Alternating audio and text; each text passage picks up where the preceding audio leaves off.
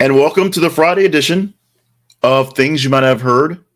I am Jay Cleveland Payne, your host for this A Little Jaunt into the News. We're going to give you 11 news stories in just a bit that you deem people like you and some Twitter bots, as well as Elon Musk would say, have deemed most conversational. How does that happen? The engagement of the stories. We post new stories every 50 minutes, with headlines and links to stories every 50 minutes in our feeds on Facebook and Twitter. And you guys basically engage in the stories over the past 30 hours and tell us which stories are the big hits. So that's how that works out. Doing a little cool and casual today. We're just sort of chilling on the thing. Not feeling so great today, but we're going to push through this anyway. We're going to finish. This is a week where we're not so much finishing strong, but we are going to finish. Check out our main website, which is thisisaconversationproject.com if you've never been here before, and find out more details about what goes on behind the scenes and other ways to help keep things going on if you like what you see here. If you don't like it, well, then you can scuttle out the door, and we will be, we'll be okay with that. That's fine. Let's move on to the actual stories. 11 to get into real quickly, or semi-quickly, if you will. That's not right. That's not right either. So once again, the gremlins are attacking us. Let's go ahead and try something else, if you will. Go ahead, speak among yourselves. Do do do do do do do. Do do do do do do do do do do do do do do do. This is getting really old.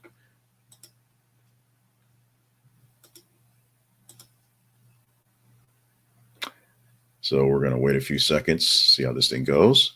By the way, let's go back to speaking about our main website. This is conversationproject.com, home to the Conversation Project and this project here, things you might have heard, and other great things. We like the great things that deal with news and conversations, going all the way back to some of our classic things, such as the 8 Things to Talk About newsletter and the weekly wrap up, which is the whole news for the week.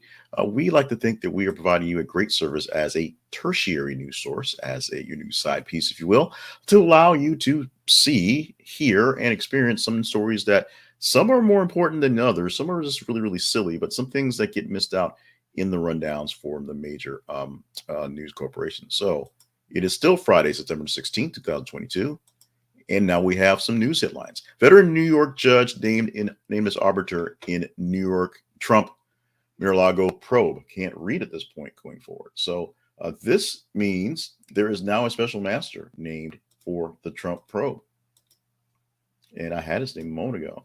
Apparently I don't anymore. It is just one of those mornings. But there is a judge. There is a still judge, not former judge, but there's a judge assigned as the special master to the Trump Mar-a-Lago documents case right now. He is basically gets to reign over the 100 or so documents that were found of classified nature and kind of take a look at them and review what's going on and see which ones are worth dealing with. Now, this was the only guy on both lists that both the Justice Department and the Trump team agreed to. So there was only basically one choice, this man here. Check out the link for more details on his reign of life as a judge in New York, what he's been doing for the past and what he's going to be doing for the next 30 or so days, as he has a deadline to deal with the documents, viewing them as the special master. Move on to story number 2. CNN new morning show hosts Don Lemon, Poppy Harlow, and Kaitlan Commons. All 3 people that I actually like on the station. I actually watch New Day in the morning as I get ready for my day, and watch CNN most of the day for my news. And it's mostly because I'm addicted to CNN, I guess, from long-term time. And it's also because I didn't really like the super right-leaning that Fox went to a while back. I watched a lot of Fox when it opened up, but now not so much. And of course, MSNBC, when they decided to stop showing To Catch a Predator, they decided to go super left on everything. And I'm not a big fan of that. Basically, politically, I'm slightly right of center, if you will. And CNN may not be all that spectacular, may not be all that exciting, but they do more or less the best of trying to stay the total line. At least till Trump came and everything was basically crazy, crazy, crazy. And now Trump's not quite there in prime time anymore, but they were still sort of leaning on that stuff. The new director, Chris Licht, new president, new boss over at CNN, essentially trying to turn the tables and change things up, starting off with the firing of John Harwood and Brian Setzer, getting rid of the Reliable Sources show, and now doing a shakeup for the morning show, which was doing pretty bad in the ratings, if you will, the third place of the 3 cable networks, and probably less than some of the other ones, including the CNBC ones and some Newsmax stuff. New show coming in soon. We'll have Don Lemons leaving the nighttime to come to the morning time. Poppy Harlow leaving her late morning to early morning, and Kaitlan Collins leaving her post as the White House correspondent, being more or less a national correspondent for the show. It's going to be, from the sounds of it, more of a traditional show, like basically what we did basically in radio. We had 2 hosts, a guy and a lady, who went back and forth for the news headlines, and someone who was out and about every single day, catching a story for a headline, to being the correspondent. That's what this sounds like this will be. We will see what happens. Remember, the original New Day was more like this, where there was 2 hosts and a news desk person. The changing of morning news from more traditional, the 2 guys, the weather guy and the sports guy, is something that's been going on for decades. I remember watching David Hartman on Good Morning America way back in the day, and it's definitely not that same type of show, those same types of shows. CNN in the tank, in the toilet, way down for their morning show ratings, so anything is better in that case. Although, me personally, love the format of New Day, love being John Berman and Breonna Keeler. They're staying with the network, but they're going to go to, obviously, other time slots, other appointments along the way. Cardi B takes plea deal in strip club attack case. What's this mean? A while back, Cardi B was performing at a strip club, and she had some beef with some bartenders, and she said, yo, beat them guys up. And yo, them guys got beat up. She took a plea that keeps her out of jail. She's got 15 days of community service, pays a fine, but this is something that keeps her out of jail for essentially starting a riot and getting people beat down. Check out the link for more stories and more details on the story. It's a TMZ story, so it's a little bit out of order, if you will, because there's the updates, and then the full old story. But check it out for the story if you forgot about this case. Cardi B can do no wrong in most cases, in a lot of people's minds. In this case, she did a little wrong. She mea culpa'd, and apparently she's going to at least get out of some jail time for this deal. American Ilia Malinin makes history, figure skating history, by landing first quad axel. And I wish I had, the ability to actually pronounce her name properly. Check out the link on this one. We always want to go USA whenever we can. So we snuck this one in here for you guys to celebrate that. Even if you're on an ice skating fan, check out something that's done a first time done by Americans, because we Americans and all. Figure skating hitting the first quad axel in competition from American Ilia Malinin. Putin concedes China has, quote, questions and concerns, unquote, over Russia's faltering invasion of Ukraine. So Putin's finally taking some advice, or at least, shedding some of his feelings on what's going on. And he says, China has some questions. China has some concerns. China's a little worried about what happened. No one else apparently is worried about it, because Putin says, we're doing great. We're doing fine. There's nothing to see here but carnage in our favor. But Putin says his basically biggest ally right now, the biggest ally with any power, China, is questioning what's going on with this thing and why they're doing it. Now, part of what they're questioning is if it's going to work, can they do the same thing? The basic rumor, if you will, sustained logic, is that China would like to roll into Taiwan and overtake it again as well. Although it's not exactly a secret. But China wants to roll into Taiwan and really suck it into and take over some other lands that are in the area because they're China. And if the Ukraine invasion of Russia is something that's a playbook that works, maybe China can use that. It's like everybody took over the West Coast offense once the 49ers made it popular and showed how well it worked. Everybody did that. It's like the triangle offense in basketball, where various people tried to try it and it didn't work very well. Only one coach would make it work, and only made it work basically with one player. The Lakers tried to put it in there with Kobe, but didn't quite work as well as did in Chicago with Michael Jordan. That's a whole nother story. We'll see if that playbook works, and we'll see if China has more questions and concerns, and whether they decide, oh, screw it, we're just going to do it anyway. Martha's Vineyard arrivals. Governor Ron Ron DeSantis claims credit for sending 2 planes carrying migrants to Massachusetts. Again, Ron Johnson and all mixed up together. Ron DeSantis, the governor of Florida, decided to do hold my beer for the Texas governor, Greg Abbott, who was sending buses loads of migrants to various cities. He sent 2 plane loads of people, migrants from Venezuela, mostly, I believe, to Martha's Vineyard, which is an island. It's a hard place to get to because it's an actual island off the coast. It's not an actual like a city that's on the coast. It's an island off of the coast. 2 plane loads of folks that got there, that were sent there. Those people were told they were going to Boston. I don't know why. They were told that there was a processing center that would give them some sort of temporary jobs when they got there. That obviously didn't happen. The people of Martha's Vineyard said, this is what good Christians do. We took them off the plane. We fed them. We gave them some place to sleep. And then we'll figure out in the next day how to fix this. That's what good Christian people do. DeSantis saying this is good for Florida and that's what good Christians do by sending people away who, are in need, is not a good Christian. So you can fight the Christian fight in this one if you want to, but what we have right here is a serious issue going on. Obviously, the migrants are coming in from South America in various places. They're basically coming to South America, Mexico, around the world, getting in and getting asylum or trying to get asylum. And they're now, can't be processed because of sheer numbers where they are in the border states or in the lower states where they're functioning and getting into.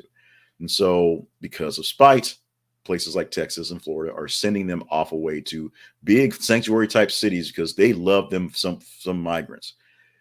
And this is going to be a problem. This is not fixing something. This is pandering to essentially racist, xenophobic people to stay in power. It is all that it is. YouTuber Tasha K reportedly moves to Africa amid failure to pay Cardi B $4 million judgment. Now, I should have put these two together. I guess I missed it in the mix up of not having my stories in line. But here's a problem. Tasha K, a YouTuber who was basically shouting out bad things at Cardi B, was forced actually told to pay a $4 million judgment. Apparently she wasn't forced very well because instead of paying the judgment, she moved away. She left jurisdiction. She's out of the country. I don't know what it'll take to pull her back or to get that money from her, but check out the story and see what happens as she made a big escape to get out of paying the big money to Ms. Cardi B. Tennis legend Roger Federer announces retirement. Also should put that with the figure skater as well for squeezing in sports. But Roger Federer announcing yesterday that he is stepping down from tournamenting and grand slamming very, very soon. He is body has had enough. He's won all the things. And so now he's going to enjoy the spoils of retirement. Maybe he's going to do some commentary. Maybe he'll do some teaching. Maybe he'll do, acting. Maybe he'll perform at Cardi B. Who knows what's going to happen? But right now, his time as a tennis player, as his body, is starting to falter and the young folks are starting to get their time, is coming to an end. Here's one I actually did properly with 2 on the same slide because they're semi-related. Disney removes Rogue Squadron, dates Snow White Inside Out 2. The live action Snow White and the sequel to Inside Out 2, now have premiere dates. Check out the link for those things. What they did do was take Rogue Squadron, the spinoff from Star Wars, off the table for its release date. No release date at the moment for that one, but they're adding in dates, setting up Snow White Inside Out 2 for you to see in the next upcoming months. So check that out. Meanwhile, a marine biologist says that Ariel in Little Mermaid being black makes scientific sense. Why do we have that statement? Why are we posting this story? Because there's a lot of people losing their collective minds over the actress who is playing Ariel in the live action Little Mermaid on being a black person, because it's scientifically impossible for mermaids to be black because, they don't exist. Yeah, because mermaids don't exist. It's impossible for them to be anything other than lily white and blonde and pale, although Ariel is redheaded, so there you go.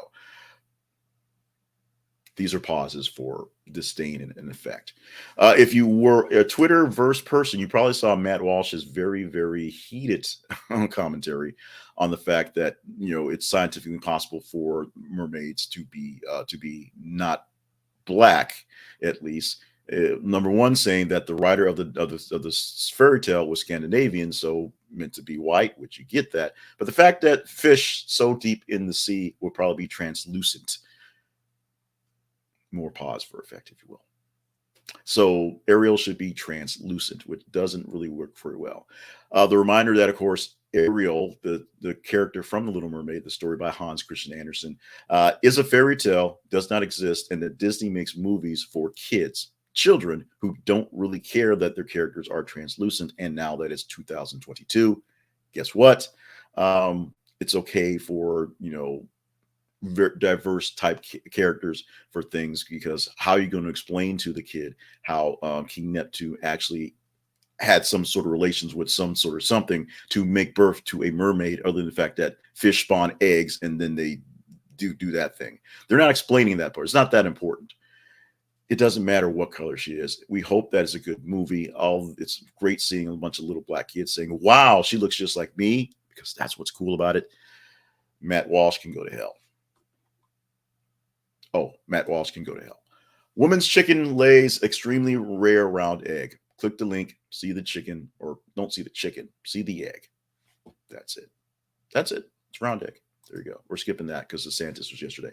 Let's go on to our ad for the day. And this is for YouTube television, YouTube TV, if you will.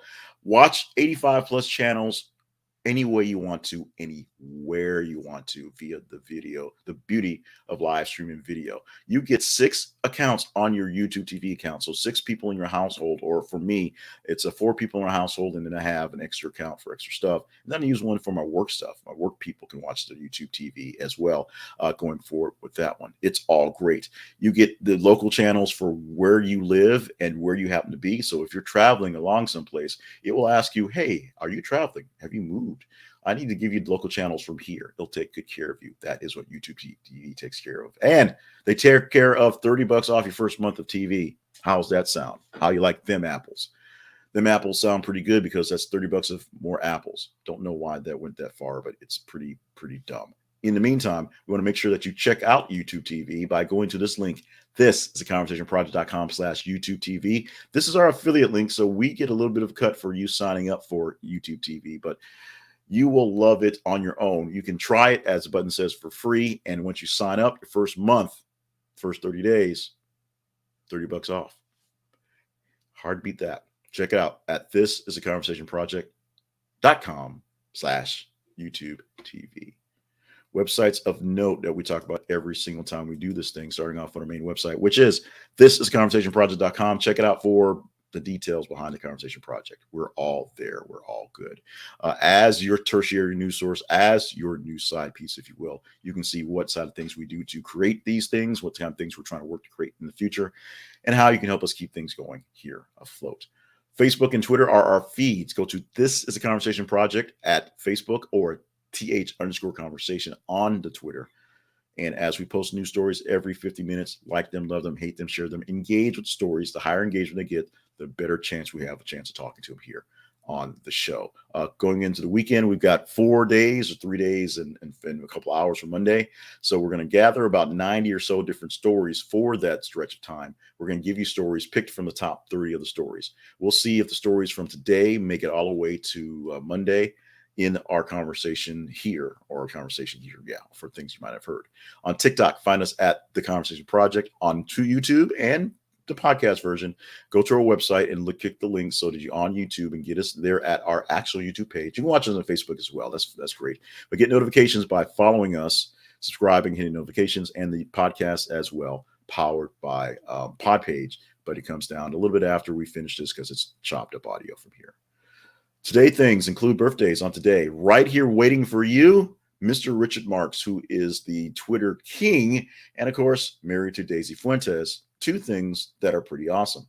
He also does some music every so often. 59 years old on the day. Amy Poehler, the actress, comedian, producer, entrepreneur, funny lady, is turning 51 on this day.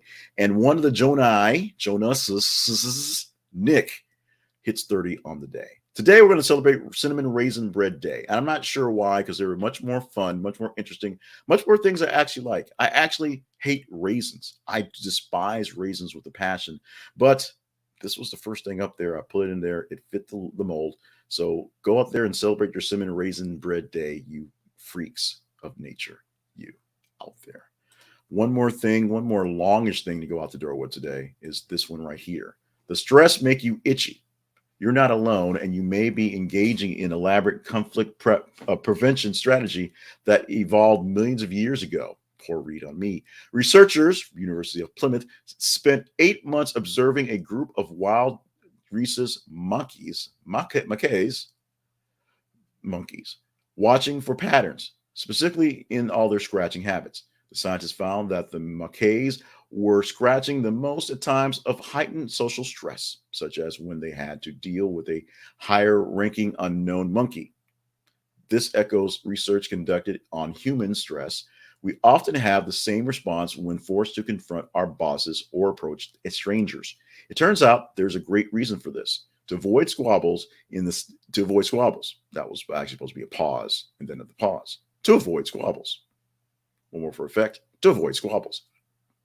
In the study, higher ranking monkeys were 25% less likely to get aggressive towards scratching monkeys compared to non-scratching ones. The lead author of the study said this could mean that monkeys see scratching as a signal of stress, and attacking a stressed out monkey that may not be a very good idea because they could behave unpredictably. So that's a very, very poor read. But here's the deal. Scratching when you're nervous is something that apparently is something evolved from millions of years of evolution, I guess. So people tend to scratch when they're nervous. I do actually do this. I actually scratch, not so much when I'm in fear, but scratch when when I'm frustrated, when things are kind of stressful. So that does make sense. When things get kind of fussy, I will do this a lot. And I guess it's my natural way of showing people I'm stressed. I don't know if it works very well in getting people to unstress me. Actually, it doesn't. But I guess it all makes sense. And with that, none of this actual yakety yak's making sense. So let's wrap it up. Friday, September 16th edition, 2022 for things you might have heard. Thank you so much for being on the show today. Thank you so much for all the hard work you've done in staying hydrated over the times, staying limber and staying on task. We're going to wrap this thing up for the day, wrap this thing up for the week, prepare for a great grand weekend, and be ready for another great thing here as well. Thank you so much for being a part of the show, whether you watched it in the live feed or been watching the replay. We love you. We need you. We're so grateful for you. And with that, we out.